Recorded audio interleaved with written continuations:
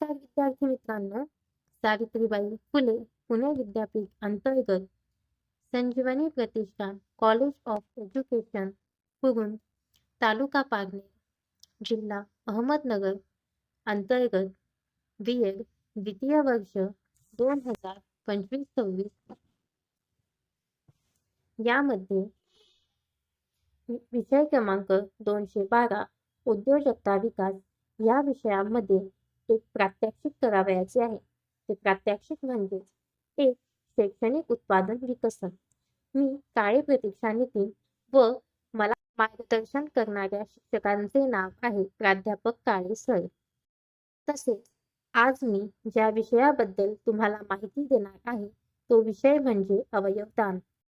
अवयवदान म्हणजे मृत्यूनंतर किंवा जिवंत असताना विशिष्ट अवयव किंवा ऊती दुसऱ्या व्यक्तीच्या उपचारासाठी दान करणे म्हणजे अवयवदान होय.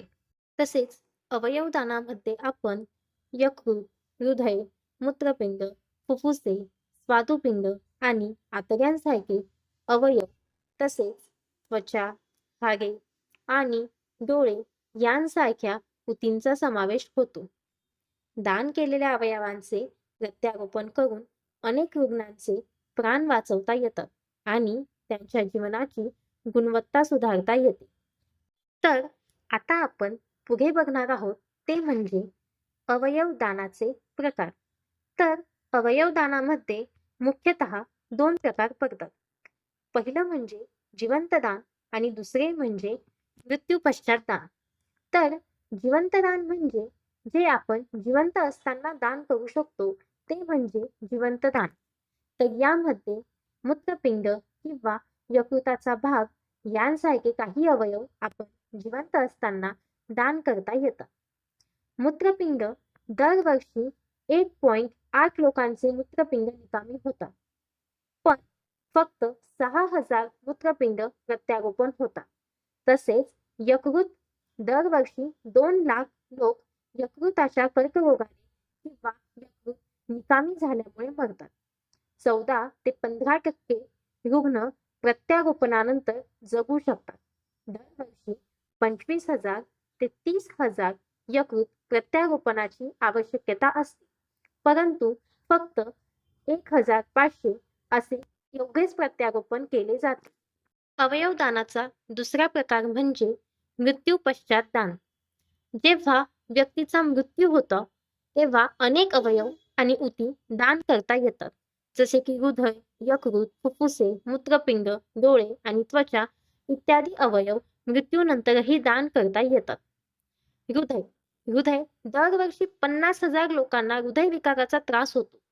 त्यामुळे 50,000 लोकांना हृदयविकाराचा त्रास होतो याचा अर्थ त्या 50,000 लोकांना हृदय प्रत्यारोपणाची आवश्यकता असते, परंतु फक्त 10 ते 15 हृदय प्रत्यारोपण शक्य होतात. कॉर्निया दरवर्षी 1 लाख लोकांना कॉर्निया प्रत्यारोपणाची आवश्यकता असते, परंतु फक्त 25,000 प्रत्यारोपण शक्य होतात.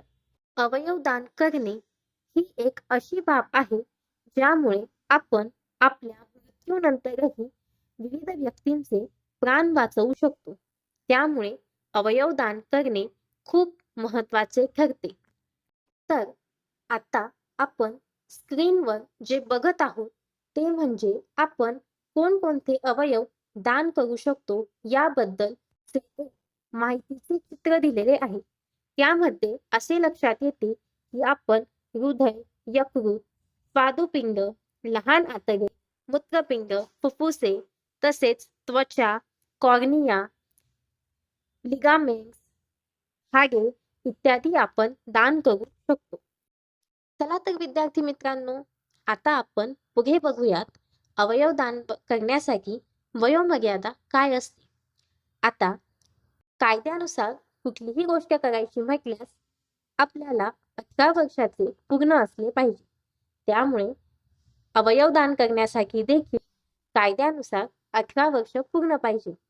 कायद्यानुसार 18 वर्षापुढील सर्व स्त्री व पुरुष मृत्यूनंतर तसेच जिवंत असताना सुद्धा अवयवदान करू शकतात. अवयवदान करण्यासाठी कुठल्याही जाती, धर्माचा असा कोणताही भेद नाही. कोणत्याही जाती धर्माचा व्यक्ती कुठल्याही जाती धर्माच्या व्यक्तीला अवयवदान करू शकतो. तसेच आता आपण बघणार आहोत अवयवदान महत्वाचे का आहे. अवयवदान महत्वाचे का आहे यासाठी 3 मुद्दे आपण लक्षात घेणार आहोत.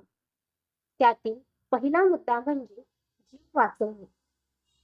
अवयवांच्या प्रत्यारोपणाची गरज असलेल्या अनेक रुग्णांना जर आपण अवयवदान दिले किंवा अवयवदान केले तर त्यामुळे त्यांना नवीन जीवन मिळते व त्यांचा जीव वाचतो. कारण अवयवांच्या कमतरतेमुळे त्यांचा मृत्यू होऊ शकतो. जर आपण अशा व्यक्तींना अवयवदान केले तर आपण एका व्यक्तीचा जीव वाचवतो. दुसरा म्हणजे समाजसेवा. अवयवदान ही एक उत्तम प्रकारची समाजसेवा. अवयवदान केल्याने आपल्या हातून समाजसेवा तर घडतेच, परंतु आपण एका व्यक्तीचा जीवही वाचवतो. तिसरा मुद्दा म्हणजे जागरूकता. अवयवदानाबद्दल समाजात गैरसमज दूर करणे आणि जागरूकता वाढवणे महत्वाचे आहे. काही लोकांना याबद्दल पुरेशी माहिती नसल्या कारणाने ते अवयवदान करण्यास घाबरतात व अशामुळे एका व्यक्तीचा जीव जातो.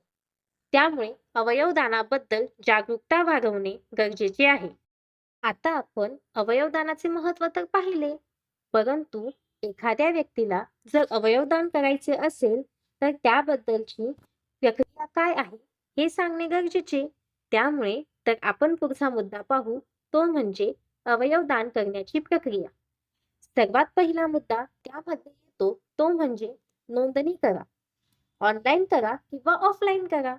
ऑनलाईन तुम्हाला नोंदणी करायची असल्यास NOPPO किंवा ऑर्गन इंडिया यासारख्या वेबसाईटवर जाऊन आपण अवयवदान करण्यासाठी नोंदणी करू शकतात.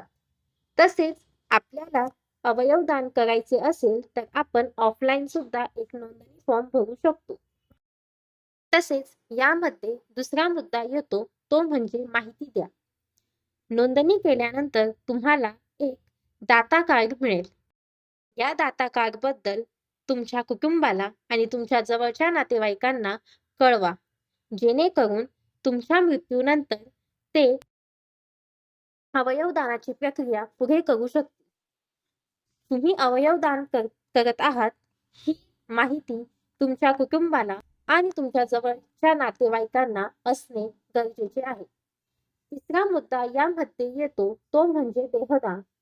जर तुम्हाला मृत्यूनंतर शरीरदान करायचे असेल तर तुम्ही देहदान करण्यासाठी लेखी स्वरूपात अर्ज करू शकता.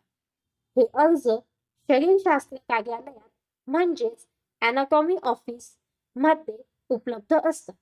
तिथून हा नोंदणी फॉर्म तुम्ही घ्यायचा व तो नोंदणी फॉर्म किंवा जो अर्ज आहे तो भरून त्या शरीरशास्त्र कार्यालयात जमा करायचा.